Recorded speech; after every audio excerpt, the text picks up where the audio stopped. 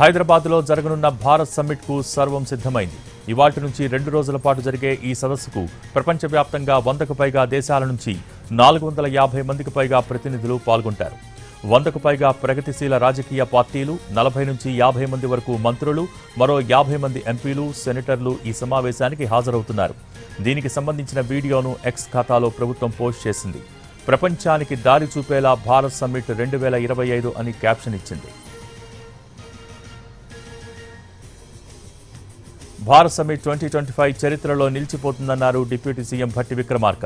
ప్రపంచవ్యాప్తంగా కీలకంగా ఉన్న అంశాలను తెలంగాణ రాష్ట్రం బాధ్యతగా తీసుకుని చర్చించబోతోందని తెలిపారు. కాంగ్రెస్ మూల విధానాలు ఈ సమ్మిట్లో చర్చించబోతున్నామని భట్టి తెలిపారు.